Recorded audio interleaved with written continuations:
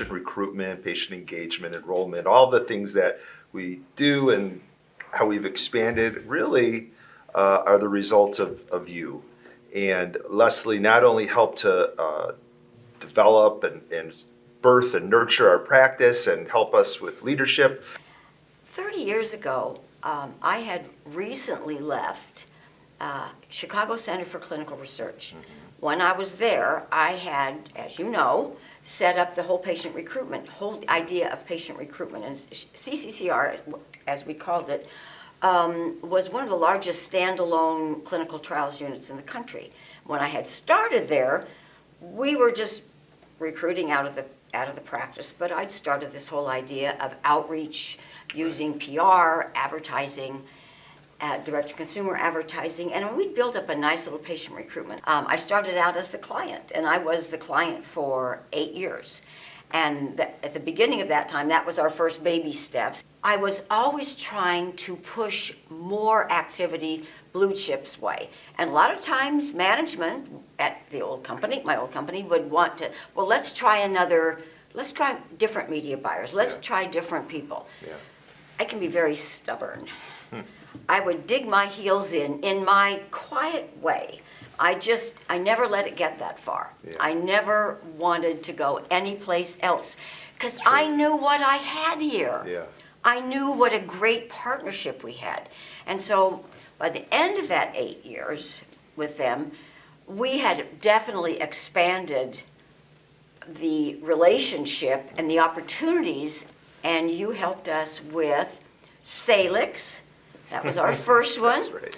And it was crazy. We had this woman who was the medical director of the program at Salix, and she wanted metrics.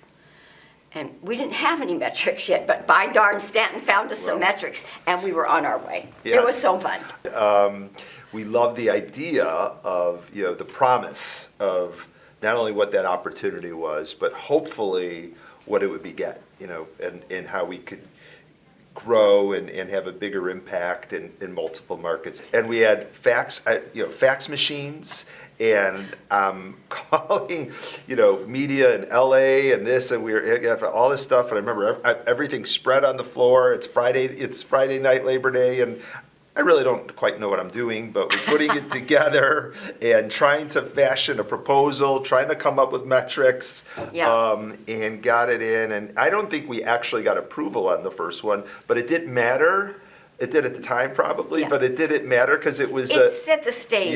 It was wonderful. Yeah. And so it really codified our belief that, we may have something special here for the industry that we could replicate nationally or by disease state or different sponsors or whatever that is. And it got us thinking, of course, as you said, it sounded silly at the time, but how could we build assumptive modeling?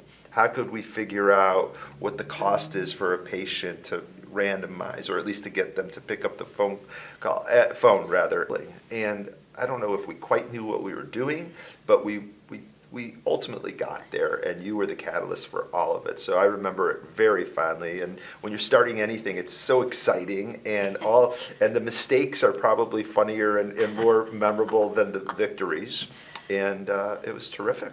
Well, it's a good feeling for me too. I'm thrilled every time I see something about you guys in the media, or I hear about what you're doing. It is very exciting that I had something to do with this. All from 30 years ago, from a phone call. All from 30 years ago. I can barely remember the days.